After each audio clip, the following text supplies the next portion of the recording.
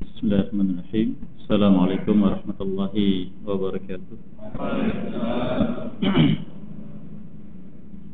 Innal hamdalillah nahmaduhu wa nasta'inuhu wa nastaghfiruh wa na'udzu billahi min shururi anfusina wa min sayyiati a'malina. Man yahdihillahu fala mudilla lahu wa man yudlil fala hadiya lahu. Wa asyhadu an la ilaha illallah wa la syarika lahu wa asyhadu anna Muhammadan abduhu wa rasuluhu sallallahu alaihi wa ala alihi wa ashabihi wa man tabi'ahum bi ihsanin ila yaumiddin wa sallama tasliman katsira. Amma ba'd. Ikhwani al-kiram rahimani Allah iyyakum. Alhamdulillah, pada kesempatan pagi yang penuh berkah ini kita kembali mendapatkan kemudahan dari Allah Azza wa Jalla untuk duduk kembali di masjid kita, di masjid yang mulia ini. Semoga Allah Azza wa Jalla senantiasa melimpahkan kemudahan dalam segala kebaikan dan juga memuliakan siapapun yang berada di dalamnya dan jauhkan dari segala keburukan dan hal-hal yang mendatangkan kebenciannya. Kita masih bersama faedah yang kita ambil dari kitab Al-Mawsu'ah Al-Manahiyah Syar'iyyah, atau kumpulan larangan-larangan dalam syariat yang wajib untuk dijauhi.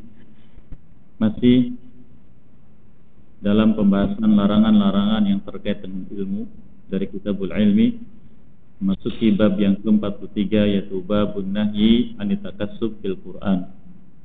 Bab larangan dari menjadikan Quran sebagai jalan untuk mendapatkan penghasilan. Sebagaimana kita ketahui bahwa Al-Quran yang Allah turunkan kepada Nabi-Nya Sallallahu Alaihi Wasallam dan disampaikan oleh beliau kepada kita semua umatnya adalah kitab yang berisi petunjuk yang mengantarkan manusia untuk mendapatkan ketakwaan dari sisi Allah Azza wa Jalla, bagaimana yang diisyaratkan di awal surat Al-Baqarah, "Dzalikal kitabu la raiba fihi hudal lil muttaqin." Itulah kitab Allah, Al-Quran, yang tidak ada keraguan sedikit pun di dalamnya, sebagai petunjuk bagi orang-orang yang ingin mendapatkan nilai takwa di sisi Allah Subhanahu wa ta'ala. Dan Al-Quran wajib untuk diimani karena berisi segala penjelasan dari Allah Azza wa Jalla untuk maslahat hidup manusia di dunia dan di akhirat, sehingga mempelajarinya dan mengajarkannya suatu kemuliaan bagi siapapun yang diberi kemudahan oleh Allah Subhanahu wa ta'ala. Sebagaimana sabda Nabi kita alaihi salatu wasallam menyebutkan, "Khairukum man ta'allama al-Qur'ana wa 'allamahu." Orang terbaik dari kalian adalah yang belajar Quran dan mengajarkannya. Bahkan karena mulianya ahli Quran dan orang yang sibuk dengan Quran, maka Allah Azza wa Jalla sebagaimana disabdakan oleh Nabi kita Sallallahu Alaihi Wasallam menjadikan mereka sebagai keluarganya yang ada di muka bumi. Allah Nabi kita sabdakan, Inna lillahi ahlina min ahlil ardi ahlul Quran hum ahlullahi wa khasatuh, atau kama qala Sallallahu Alaihi Wasallam." Sesungguhnya Allah punya keluarga di muka bumi ini dari penduduk bumi. Mereka adalah ahli Quran. Ahli Quran adalah keluarga Allah dan orang-orang khusus atau orang pilihan Allah Subhanahu wa ta'ala. Sehingga tidaklah pantas ketika kemuliaan yang besar ini yang Allah siapkan bagi siapapun yang sibuk dengan Quran, menjadi ahli Quran, kemudian ketika dia seperti itu lalu menjadikan Quran sebagai sumber untuk mendapatkan kenikmatan duniawi, baik itu dengan mengajarkan membacanya atau juga mengajarkan kandungannya, maka ini tidaklah pantas. Maka di sini penulis Hafidz Ta'ala menjelaskan hal tersebut. Namun kemudian insya Allah akan dijelaskan juga tentang bagaimana kalau mengajarkan Quran kemudian dia mendapatkan sesuatu bukan untuk mata pencarian, tapi sebagai hadiah dan semisalnya. Ini pun akan dijelaskan insyaallah ta'ala. Penulis Hafiz Ta'ala menjelaskan masalah ini, memasukkan bab khusus ini, tentu bukan pendapat pribadi atau hawa nafsu, tetapi dari apa yang diisyaratkan oleh Nabi kita alaihi wassalam. Yang pertama beliau bawakan an Abi Darda radhiyallahu taala anhu anna Rasulullah sallallahu alaihi wasallam qala man akhadha ala ta'limil Qur'ani qausan qalladahu Allahu qausan min narin yaumal qiyamah. Barang siapa mengambil qaus itu busur anak panah yang digunakan apakah itu untuk berburu atau untuk berperang, dengan mengajarkan Quran, maka Allah Subhanahu wa taala akan memberikannya busur anak panah ini dari api neraka pada hari kiamat nanti. Ini balasan sesuai dengan apa yang berbuat di muka bumi. Hadis yang kedua, beliau katakan an Ubadah ibn As-Samit radhiyallahu taala anhu qala, dari sahabat Ubadah bin Samit radhiyallahu anhu beliau mengatakan, "Allamtu nasan min ahli suffah al-kitab wal Qur'an. Fa ahda ilayya rajulun minhum qausan. Fa qultu laysa bimal wa armi anha fi sabilillah azza wa jalla. La atiyanna Rasulullah sallallahu alaihi wasallam fala as'alannahu fataituhu fa qultu ya Rasulullah rajulun ahda ilayya qausan mimman kuntu u'allimuhu al-kitab wal Qur'an wa laysa bimalin wa armi anha fi sabilillah qal in kunta tuhibbu an tutawwaqa tawqan min nar faqbalhu." Kata sahabat Ubadah radhiyallahu anhu, aku mengajarkan seseorang dari ahli sufa kitab dan sunnah, kitab dan Quran. Maka dia memberikan hadiah kepadaku sebuah busur panah. Mau katakan bukanlah harta. Maka aku menggunakannya untuk melemparkan anak panah di jalan Allah. Dan aku akan datang kepada Rasulullah SAW dan aku akan menanyakan kepada beliau. Lalu aku pun datang kepadanya dan mengatakan, ya Rasulullah, seseorang telah memberikan kepadaku hadiah sebuah busur panah, yang orang tersebut aku pernah ajarkan Al-Quran, kitab dan Quran, dan ini bukanlah harta. Lalu aku gunakan untuk melempar anak panah di jalan Allah. Maka beliau bersabda, jika engkau suka untuk dililit dengan api neraka, maka terimalah hadiah tersebut. Hadis yang ketiga, an Imran bin Husain radhiyallahu anhu annahu marra 'ala qari'in yaqra thumma sa'ala fastarja'a thumma qala sami'tu Rasulullah sallallahu alaihi wasallam yaqul man qara'al Qur'ana falyas'alillaha bihi fa innahu sayaji'u aqwamun yaqra'una al-Qur'an yas'aluna bihin nas. Dari Imran bin Husain radhiyallahu anhu beliau katakan bahwasanya beliau pernah melewati seorang qari Quran, yaitu seorang pembaca Quran, sedang membaca Al-Quran. Kemudian sa'ala, kemudian dia meminta sesuatu. Fastarja'a, lalu beliau beristirja'. Beristirja' itu ucapan inna lillahi wa inna ilaihi raji'un, karena itu adalah musibah. Kemudian beliau mengatakan, aku pernah mendengar Rasulullah SAW bersabda, barang siapa membaca Quran, maka dalam minta kepada Allah pahala. Sebab akan datang nanti kaum-kaum yang banyak, generasi demi generasi, mereka membaca Al-Quran lalu meminta sesuatu dari manusia. Hadis yang berikutnya, an Abi Sa'id Al-Khudri radhiyallahu anhu annahu sami'a an-nabiyya sallallahu alaihi wasallam qala, dari Abi Sa'id Al-Khudri radhiyallahu anhu bahwasanya beliau mendengar Nabi sallallahu alaihi wasallam bersabda, ta'allamul Qur'an wa sallallahu bihil jannata qabla an yata'allamahu qaumun yas'aluna bihi dunya fa innal Qur'an yata'allamu thalatha rajulun yubahi bihi wa rajulun yasta'kilu bihi wa rajulun yaqra'uhu lillah. Belajarlah kalian Al-Quran dan mintalah kepada Allah dengan bacaan tersebut surga sebelum datang satu kaum yang mereka belajar Quran lalu meminta dunia pada manusia. Sesungguhnya Quran akan dipelajari oleh 3 jenis manusia. Yang pertama, seseorang yang berbangga dengan Quran, itu bangga sebagai ahli Quran di hadapan manusia, bukan untuk Allah. Yang kedua, seseorang yang belajar Quran untuk mencari makan, menjadi sumber mata pencaharian. Dan yang ketiga, seseorang yang baca Al-Quran karena Allah. Hadis berikutnya, An Jabir bin Abdullah radhiyallahu anhu qala kharaja alaina Rasulullah sallallahu alaihi wasallam wa nahnu naqra'ul Qur'an wa fina al-a'rabi wal a'jami faqala iqra'u fakullun hasan wa sayaji'u aqwamun yuqimunahu kama tuqamul qidah yata'ajjaluna bihi wa la yata'ajjalunahu.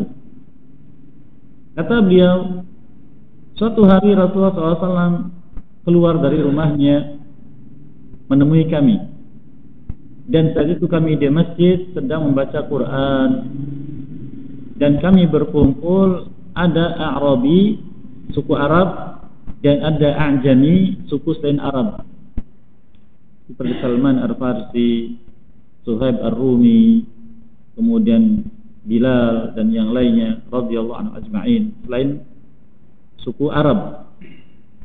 Dia katakan, iqra'u fakullun hasan, baca oleh kalian Quran tersebut, semuanya baik. Maka akan datang suatu kaum, mereka menegakkan Quran seperti menegakkan anak panah yang akan dilempar. Mereka yata'ajjalunahu, mengharapkan balasan segera di dunia ini, wala ta'jalunahu, dan tidak menunda, itu mengharapkan pahala di akhirat. Hadis ini pun mirip dengan hadis sebelumnya. Hadis terakhir yang dibawakan oleh penulis hafizah ta'ala, An Abdurrahman bin Shibl Al-Ansari rahimahullah ta'ala an Muawiyah radhiyallahu anhu qala lahu, dikatakan kepadanya, idza atita fistati faqum fakhbir ma sami'ta min Rasulillah sallallahu alaihi wasallam. Jika engkau datang ke tempatku ini, maka berdirilah dan beritakan apa yang kau dengar dari Rasulullah sallallahu alaihi wasallam. Qal, dia menyampaikan, sami'tu Rasulullah sallallahu alaihi wasallam yaqul, iqra'ul Qur'an wa la ta'kulu bihi wa la tastakthiru bihi wa la tajuffu anhu wa la taghullu fihi. Bacalah Quran dan jangan makan dengannya. Ini tuh jadikan Quran sebagai sarana untuk mencari penghasilan. Dan jangan memperbanyak Quran. Memperbanyak Quran yaitu berbangga dengan Quran atau menjadikan Quran sebagai sarana mendapatkan kemuliaan di dunia. Wala tajufu anhu, dan jangan menyepelekan Quran, yaitu tidak peduli dengan maknanya dan amalannya serta hak Quran. Wala taghullu anhu, dan jangan kalian memiliki sifat ghil, hasad, benci kepada sesama ahli Quran. Hadis-hadis yang mulia ini dibawakan oleh penulis Hafiz Ta'ala menjelaskan tentang bab yang mulia ini. Ya. Kemudian beliau menjelaskan tentang fikih dari hadis-hadis tersebut dan bagaimana pendapat ulama tentang masalah ini, memahamkan kepada kita apa yang dijelaskan oleh Nabi sallallahu alaihi wasallam. Dikatakan dalat ahadithul bab ala tahrimil ujrah ala ta'limil Quran wa ta'akkul bihi. Hadis-hadis bab ini menjelaskan akan haramnya mengambil upah dari mengajarkan Quran dan menjadikan Quran sebagai sarana untuk mencari makan, sebagai sumber mata pencarian. Lakin dhahaba jumhur ahli ilmi ila annaha tahillul ujra ala ta'limil Quran. Namun demikian, umumnya ahli ilmu mereka menghalalkan menerima upah dari mengajarkan Quran. Apa dalilnya? Tentu ada dalil, karena pendapat jumhur ulama dengan hadis-hadis tadi seakan-akan bagaimana? Bertabrakan.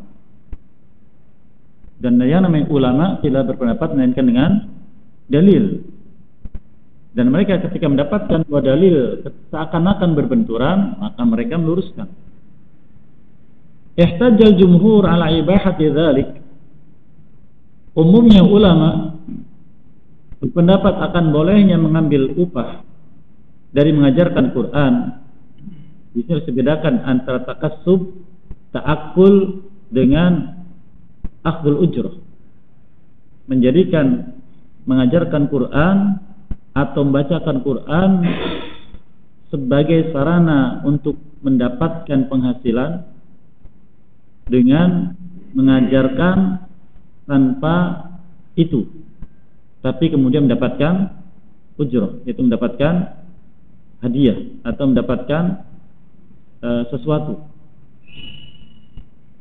Beliau katakan bi hadithi sayyidil qaum alladhi raqahu ba'da sahaba bi ummil kitab wa huwa fi sahih. Yaitu sebagian sahabat yang melakukan safar kemudian kehabisan bekal dan singgah pada suatu kaum yang ingin bertamu kemudian ditolak karena resiko apabila menerima tamu bagaimana? Memberikan hak tamu, di antaranya adalah menginap dan sajian makan dan minum. Tapi mereka menolak. Lalu ketika para sahabat ini pergi, Rasul dari mereka memanggilnya. Barangkali ada dari kalian yang bisa mengobati atau meruqyah pimpinan kami yang terkena sengatan hewan berbisa. Dan hadisnya ada dalam Sahih Imam Bukhari rahimahullah taala. Lalu datang kemudian mengadakan kesepakatan, lalu dibacakan Al-Quran, yaitu Ummul Kitab, surat Al-Fatihah. Wa fi riwayatin min hadits Ibnu Abbas qala, dan dalam satu riwayat dari hadis Ibnu Abbas radhiyallahu anhu, Nabi kita bersabda sallallahu, inna haqqa ma akhadtum alaihi ajran kitabullah. Sesungguhnya yang paling berhak kalian mengambil balasan upah adalah kitab Allah. Nah, di sini kita mendapati ada dua hadis yang bagaimana? Bertolak belakang. Metode ulama dalam menghadapi dua dalil, baik ayat dengan ayat, ayat dengan hadis atau hadis dengan hadis, bukan kemudian berarti hadis yang ini dhaif, tidak. Dikembalikan dulu kepada dasar-dasar ilmu hadis. Apabila keduanya sahih, beda kalau antara sahih dengan dhaif, yang dhaif tidak dianggap. Apabila keduanya sahih, maka dikaji masing-masingnya. Kalau masing-masingnya ternyata syadz, betul sahih dari sisi riwayat, tapi dari sisi matan syadz. Syadz itu mengisi yang lebih sahih dari periwayatnya, maka tidak dianggap. Tapi kalau kedua hadis ini sahih, kedua-duanya sahih, maka metode yang diambil pertama adalah at-taufiq baina nassain, yaitu menggabungkan antara dua dalil sehingga diamalkan semua. Ini metode pertama. Metode yang kedua, dilihat dari kapan hadis ini disabdakan oleh Nabi SAW dan kapan yang kedua. Maka al-amal bi akhirihima, yang diamalkan adalah hadis yang paling akhir keluar. Jadi misalkan hadis yang pertama disabdakan tahun 3 Hijriah, hadis yang kedua tahun 5 Hijriah, maka hadis yang kedua yang diamalkan. Yang ketiga, jika tidak mungkin karena tidak diketahui, jadi yang pertama tidak mungkin digabungkan karena memang bertolak belakang. Yang kedua juga dilihat tidak diketahui dengan pasti, maka yang ketiga, al-amal bi kullin minhuma, mengamalkan hadis itu masing-masing. Silahkan. Yang pendapat ini dalilnya itu silahkan. Yang pendapat ini dalilnya itu silahkan. Dan ini banyak.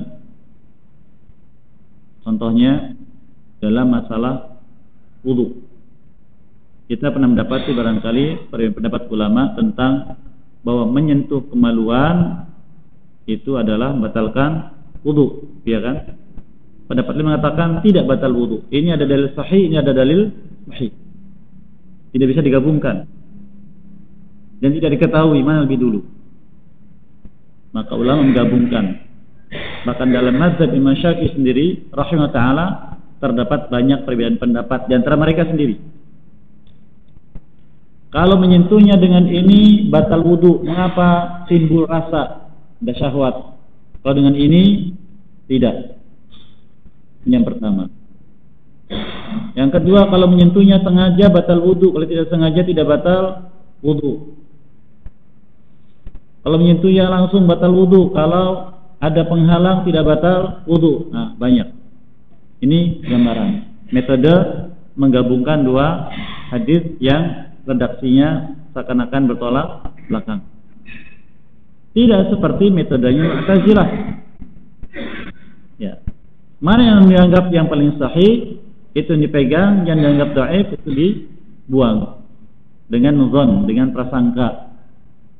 Apalagi kalau ayat dengan hadis, langsung hadisnya dibuang. Mengatakan walau riwayat Bukhari, walau riwayat Muslim, kalau bertentangan dengan ayat dhaif. Begitu tidak? Nah, itu metode mereka Mu'tazilah. Metode ahli hadis tidak. Dan metode ulama kita secara umum tidak seperti tadi. Karena amanah. Tayyib. Berikutnya beliau katakan wajib an ahaditsil bab bi ajwatin minha. Lalu mereka mengomentari. Karena ada hadis yang menyebutkan larangan itu. Apa kata mereka yang membolehkan ini? Yang pertama alasannya annal ujrata tuhramu idza kanat fi su'al istishrafi nafsin. Apabila upah tersebut ya diminta, dia sebenarnya tidak butuh dengan upah tersebut, tidak butuh, tidak punya kecukupan, tapi dia minta juga. Ini kembali kepada hadis tadi al-ladil, yaitu kepala suku yang tersengat hewan berbisa. Para sahabat meminta karena mereka butuh. Yang kedua, ana hadis al-bab fiha maqalun wa la tanhaju lil istidlal. Hadis-hadis bab ini maqal, yaitu ada komentar-komentar tentang riwayatnya, sehingga tidak bisa dijadikan sebagai dalil untuk satu pendapat. Yang ketiga, anna mansukhah, bahwa hadis-hadis itu mansukh. Apa itu mansukh? Yaitu tidak berlaku lagi kandungannya, walaupun hadisnya sahih. Karena dalam ilmu tafsir secara khusus dan juga ilmu hadis ada namanya an-nasikh wal mansukh. Mana yang berlaku, mana yang tidak berlaku petunjuknya. Lalu berkatakan, wa bitadqiq fi hadhil ajwibah tabayyana anna laysa laha qa'im duna tafsil. Setelah rinci tentu kita akan mendapatkan penjelasan jawaban-jawaban tadi. Maka mari kita lihat perinciannya. Yang pertama, da'wa annal ujrata tuhramu idza kanat bi istishrafin nafsin wa su'al yaruddu hadits Ubadah bin Samit radhiyallahu ta'ala anhu. Fa innahu lam yuhaddits lahu syai'un min dzalika wa ma dzalika nahahu Rasulullah sallallahu alaihi wasallam.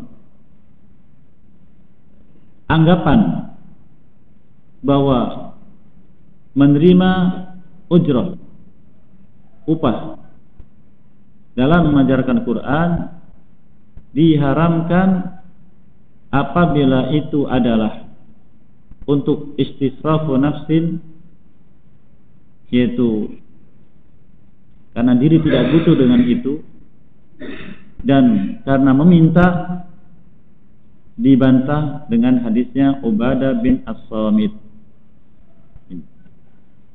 Dibantah dengan hadisnya Ubadah bin As-Samit radhiyallahu anhu.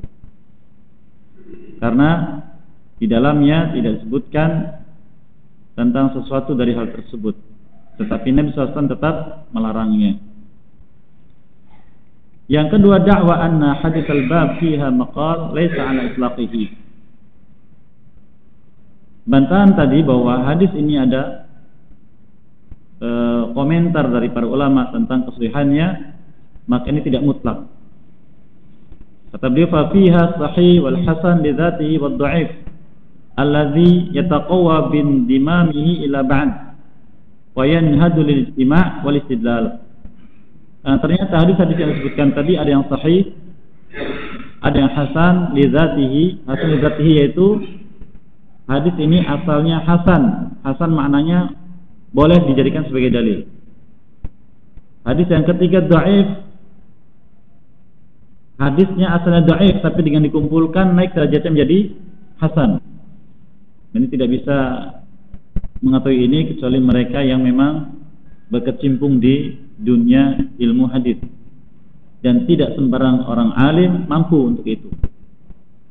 Hanya orang-orang yang punya ketelitian. Sampai mereka ini, dan masih ada zaman sekarang, mereka hafal kalau riwayat rawi atau periwayat fulan bin fulan bin fulan ini rawi dhaif, fulan bin fulan bin fulan rawi dhaif, hafal nama-namanya. Sampai kalau ada yang namanya mirip fulan bin fulan bin fulan, ada misalkan 5 orang namanya sama, mereka tahu ini yang mana, ini yang mana, ini yang mana, dari tahun lahirnya, dari generasinya, dari asal usulnya, paham. Ilmu semacam ini disebut dengan ilmu rijal, ilmu mengenal para periwayat hadis, dan tidak semua orang yang berkecimpung di dunia hadis memiliki kemampuan itu. Sehingga tidak sembarang orang bicara dhaif karena ada riwayat rawi ini, tidak. Kemudian berikutnya belum menjelaskan lagi, karena hadis tadi ada yang sahih, ada yang hasan, ada yang hasan li ghairihi, karena dikuatkan dengan hadis yang lain sehingga bisa menjadi dalil. Demikian pula anggapan mereka bahwa hadis-hadis tersebut mansukh, yaitu tidak berlaku lagi, ini tidak bisa ditetapkan karena ini ihtimal, kemungkinan. Wala yusaru ilaihi illa ma'adamil jama' wa tahaqquq at-ta'arud, dan tidak akan dijumpai kecuali dengan mengumpulkan semua hadisnya lalu dikaji. Wa ta'ammul fi ahadits bab yajidu annaha, maka kesimpulan dari bab-bab atau hadis-hadis bab ini, yang pertama, tuhramu ahdul ujra ala ta'limil Quran, diharamkan mengambil upah dari mengajarkan Quran secara umum.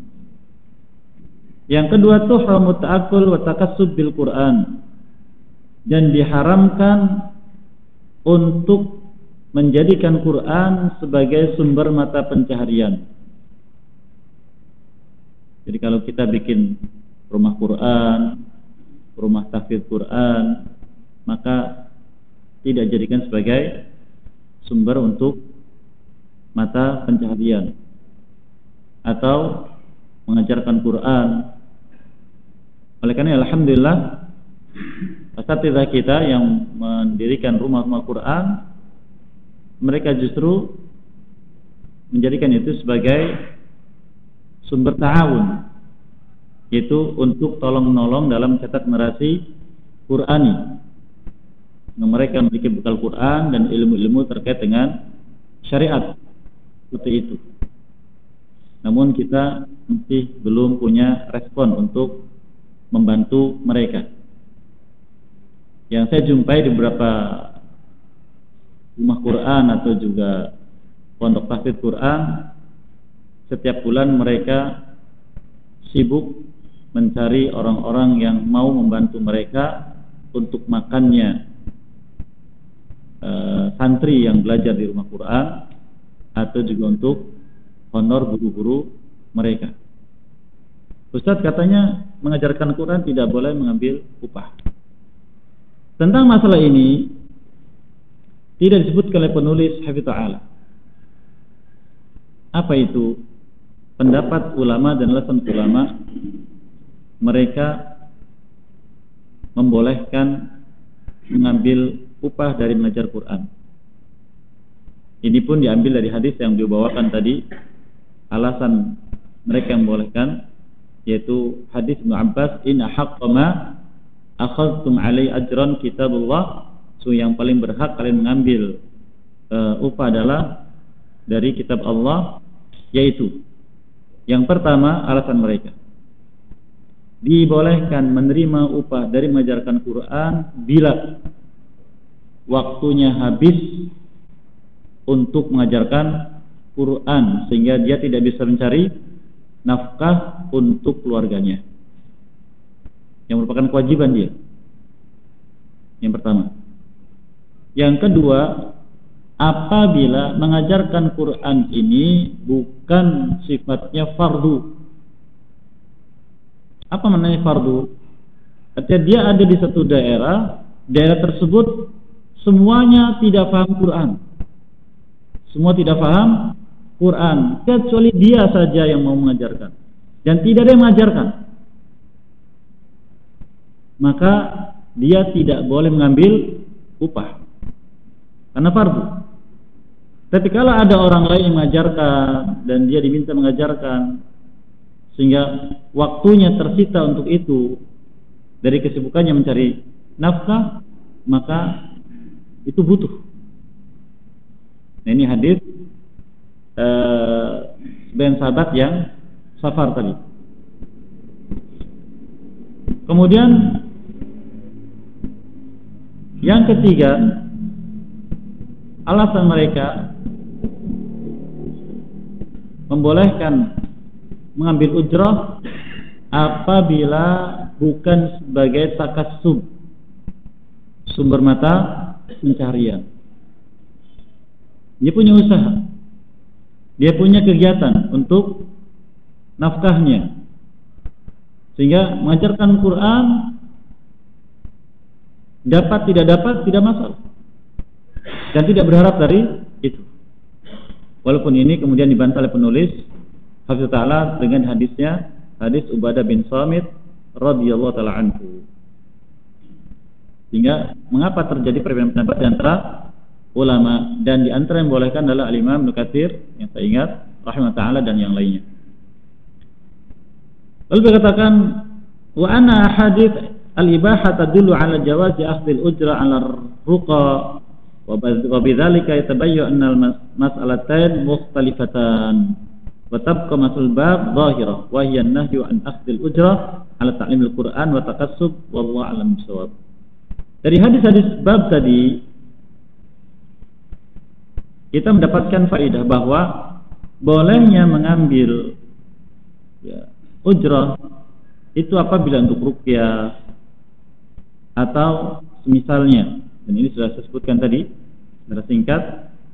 Maka dari sini jelas bahwa dua permasalahan berbeda. Dua permasalahan berbeda. Dan masalah bab ini masalah yang tetap, yaitu larangan dari mengambil upah dari mengajarkan Quran dan jadikannya sebagai jalan mata pencaharian. Itu faedah yang kita ambil dari penjelasan penulis Hafizah Ta'ala, dan sedikit faedah yang tadi ditambahkan. Semoga Allah Azza wa Jalla senantiasa menjaga kita dari segala yang mengantarkan pada kehinaan dan menjadikan kita mudah untuk bisa kembali kepada kitab Allah dan dimasukkan di sisinya nanti menjadi golongan ahlinya, yaitu ahli Quran. Wallahu a'lam. Itu faedah yang kita ambil dari bab ini, dan apa yang bermanfaat semoga diberkahi dan mudahkan bisa mengamalkannya, dan apa yang keliru semoga dimaafkan dan diampuni dosa-dosa kita sekalian. Barangkali ada yang ingin disampaikan, dipersilakan.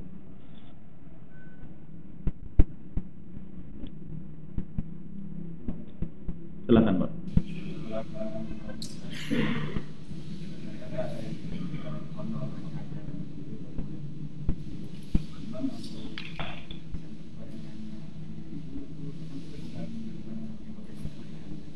Ya.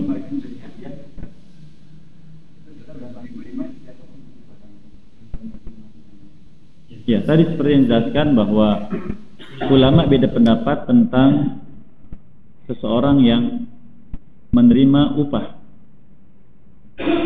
dari mengajarkan Quran yang itu bukan sumber mata pencaharian, sumber untuk mendapatkan makanan.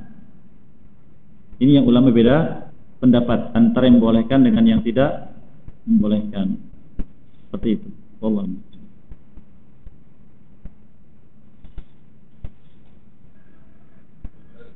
Silakan.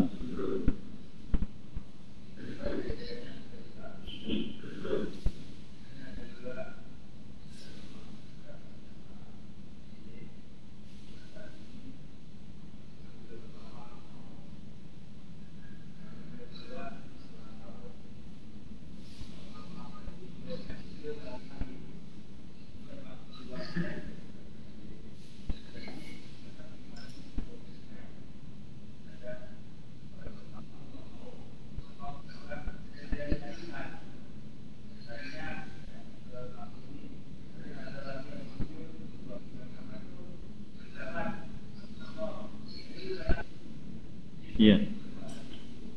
Baik, barakallahu. Berbeda antara menjual ayat Allah dengan mengambil upah dari menyampaikan ayat Allah. Menjual ayat Allah yaitu merubah maksud. Jadi seorang membutuhkan fatwa, ini sudah kita bahas di majelis sebelumnya. Kemudian kalau saya memberikan fatwa yang tidak sesuai dengan maksud dia atau kemauan mereka, maka ini akan dibenci. Tapi kalau sesuai, akan mendapatkan sesuatu yang besar. Maka kita menjual ayat Allah seperti yang dilakukan oleh orang-orang Yahudi dan Nasrani dari ahli ilmu mereka. Adapun tadi, maka itulah yang menjadikan sesuatu sebagai ujrah. Saya mau demikian apabila demikian dan demikian, ujrah. Nah, itu hanya dibolehkan dalam masalah ruqyah. Dalam masalah ruqyah. Demikian Allah. Fadhil.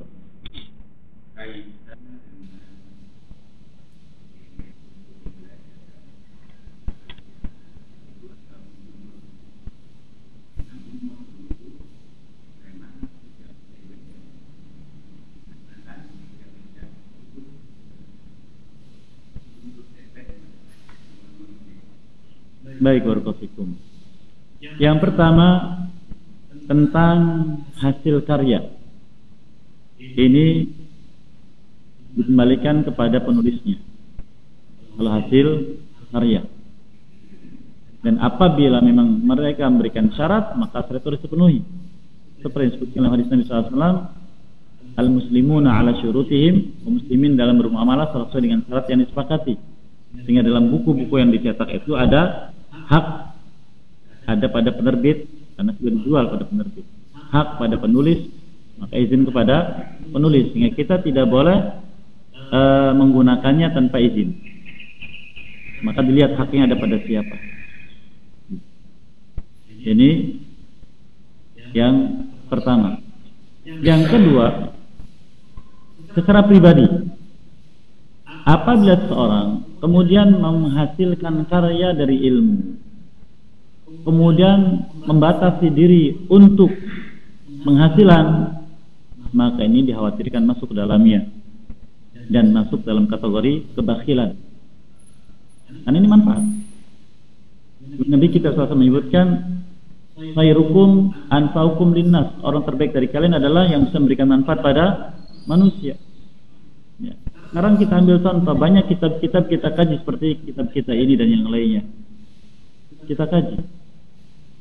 Maka apakah mereka menerima mengharapkan balasan dari upah? Kita baca tulisan ulama terdahulu, mereka tuliskan, kita dapatkan ilmu sekarang. Tidak. Itu menjadi fisabilillah. Setiap kali ilmu yang mereka tuliskan, kita ambil faedahnya, kita kaji, mereka dapatkan pahalanya. Itu yang terbaik tentunya. Jadi apabila kita punya kemampuan tentang masalah ilmu, apapun yang memberikan manfaat untuk kaum muslimin, maka bukan tidak boleh apabila kita mengambil sesuai dengan yang diperbolehkan dalam syariat. Tapi sebisa mungkin adalah biarkan itu manfaat untuk kaum muslimin, dan adapun urusan dunia maka Allah akan menjamin. Oleh karenanya saya sering sampaikan diri saya sendiri dan juga jamaah sekalian, apapun yang kita kerjakan maka kerjakan di atas takwa. Kerjakan di atas takwa, karena takwa kita kepada Allah. Apa yang kita kerjakan dan dimanapun kita berkumpul dengan siapapun, berkumpullah karena takwa. Apabila kita mengerjakan sesuatu karena takwa, Allah memberikan jaminan dalam surat At-Talaq, "Wa may yattaqillaha yaj'al lahu makhraja wa yarzuqhu min haitsu la yahtasib." Barang siapa bertakwa pada Allah dalam masalah apapun, dalam hal apapun, maka Allah akan berikan solusi dari masalah yang dia hadapi, dan nah ini tambahannya, dan rezeki yang berlimpah.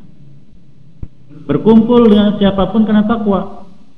Kita kumpul dengan organisasi ini, ormas ini, klub ini dan sebagainya. Untuk apa berkumpul? Kalau bukan karena takwa, tinggalkan. Allah firmankan di surat Az-Zukhruf, "Al-akhillau yawma idzin ba'dhuhum li ba'din 'aduwwun illal muttaqin." Orang-orang yang berkawan akrab di dunia ini nanti di akhirat akan jadi musuh satu sama lain, kecuali orang-orang yang bertakwa. Itu berkumpulnya karena takwa. Ini bahan evaluasi untuk kita. Kita berkumpul dengan siapapun, dimanapun, di perkumpulan apapun, apa alasannya? Takwa atau selain itu? Maka bila takwa lanjutkan, dan selain itu bagaimana? Tinggalkan. Demikian Allah.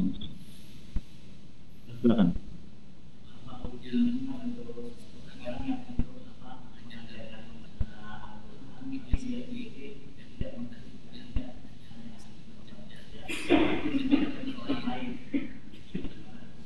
Baik, barakallahu fikum. Ada kaidah dalam ilmu. Faqidu syai' la yu'ti. Orang yang tidak punya apapun tidak akan mungkin bisa memberi. Kita tidak punya uang, mau sedekah bagaimana? Tidak bisa dengan uang, tapi sedekah dengan ucapan dan perbuatan baik. Maka faqidu syai' la yu'ti. Orang yang tidak memiliki apapun tidak akan mungkin memberi. Ini yang pertama. Yang kedua, ilmu itu amanah. Ilmu adalah amanah. Pertama, amanah belajarnya. Kedua, amanah mengamalkannya. Ketiga, amanah mengajarkannya. Amanah belajar, orang yang ingin punya ilmu harus belajar. Dan belajar itu dengan guru. Belajar boleh dengan apapun, boleh dengan membaca, dengan internet, dengan rekaman dan sebagainya, boleh. Kalau kita ingin dapat ilmu, tapi kalau untuk mengajarkan, maka ilmu itu harus dari guru. Berbeda ya, ilmu untuk pengetahuan pribadi dan ilmu untuk mengajarkan harus dari guru. Yang ilmu dari guru itu adalah dasar-dasarnya, dasar-dasar ilmu, kan itu modal. Kan itu modal. maka modal itu harus dari jalan yang benar. Tidak boleh dari jalan yang tidak benar. Karena timbulnya adalah maksiat. Kalau ini maksiat, maka berikutnya bertambah maksiatnya. Jadi kita orang bisnis, modalnya harus modal yang benar, yang halal, dan akan berkah. Tapi kalau modal yang haram bagaimana? Dapat mencuri, dapat menipu, maka tidak berkah. Seperti itu. Ini yang kedua. Yang ketiga, umumnya manusia ketika mendapati orang yang sibuk dengan ilmu mereka mulia, mengajarkan ilmu mereka mulia, maka ingin dapatkan kemuliaan itu, tapi tidak tahu jalan. Dan ini bahayanya. Kalau sudah kemudian dianggap orang berilmu, akan bicara apapun, dia tidak punya batas. Para ulama menyebutkan, sebagian menyandarkan pada Imam Syafi'i rahimahullah ta'ala, ta'allamu qabla an tar'asu fa in tarasatum lam tata'allamu, atau kama qala. Belajar kalian sekarang sebelum jadi orang. Kalau kalian sudah jadi orang, itu sudah dikenal orang sebagai orang alim, kalian tidak akan belajar, tidak akan bisa belajar. Yang lain juga mengatakan, disandarkan pada Al-Imam Sa'id bin Jubair rahimahullah ta'ala, man tarakat at-ta'allum wa wadhanna annahu qad istaghna fa huwa as'u jahilin ma yakun. Barang siapa meninggalkan belajar karena menyangka sudah tidak butuh lagi ilmu, sudah cukup, maka saat itu dia menjadi orang yang paling bodoh di muka bumi. Nah, ini orang sudah alim harus terus belajar. Lalu bagaimana tidak punya ilmu? Nah, apalagi Quran. Seperti yang pernah kita ambil faedahnya, bahwa Allah Azza wa Jalla ketika berfirman dengan huruf-huruf terputus, alif, lam, mim dan yang lainnya, secara makna kata ulama tidak ada makna, tapi secara petunjuk ada petunjuk. Inilah hikmah. Ada isyarat. Wa alif, lam, mim huruf-huruf hijaiyah yang Al-Quran dilafazkan oleh Allah, disampaikan kepada Rasulullah SAW sebagai wahyu dengan bahasa yang menggunakan huruf-huruf ini. Dan huruf-huruf ini ketika menjadi huruf-huruf lafaz Quran, ada sifatnya dan ada hukumnya. Beda dengan diucapkan bahasa Arab, bukan bahasa yang digunakan untuk Quran. Kita kalau ngobrol bahasa Arab, antum min aina ji'tum, tidak usah perhatikan tajwid atau makhrajnya. Antum min aina ji'tum, kalian dari mana datang? Tapi kalau ternyata lafaz-lafaz tadi dibaca dalam Al-Quran, maka ketika kita mengatakan antum, maka cara mengeluarkan hurufnya harus diperhatikan. Bertemunya huruf ini dengan ini harus diperhatikan, karena ada hukumnya. Lalu kalau tidak tahu itu bagaimana mengajarkannya? Nah, ini sesuatu yang aib. Oleh karena dalam ilmu juga perlu mengatakan, la tatlubul ilma min suhufi. Jangan belajar ilmu dari suhufi. Apa suhufi? Itu orang yang memiliki ilmunya dari belajar sendiri, otodidak. Tidak boleh. Ilmu dunia silahkan, ilmu akhirat, ilmu agama tidak boleh, harus lewat guru. Demikian Allah. Nah,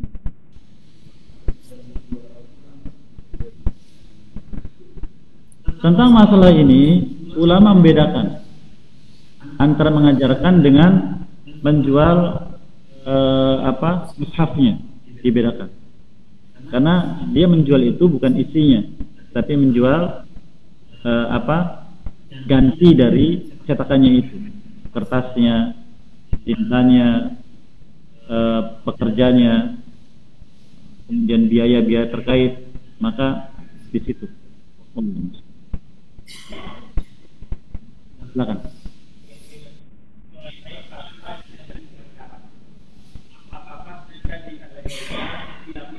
Tentang apa Pak? Fatwa. Baik.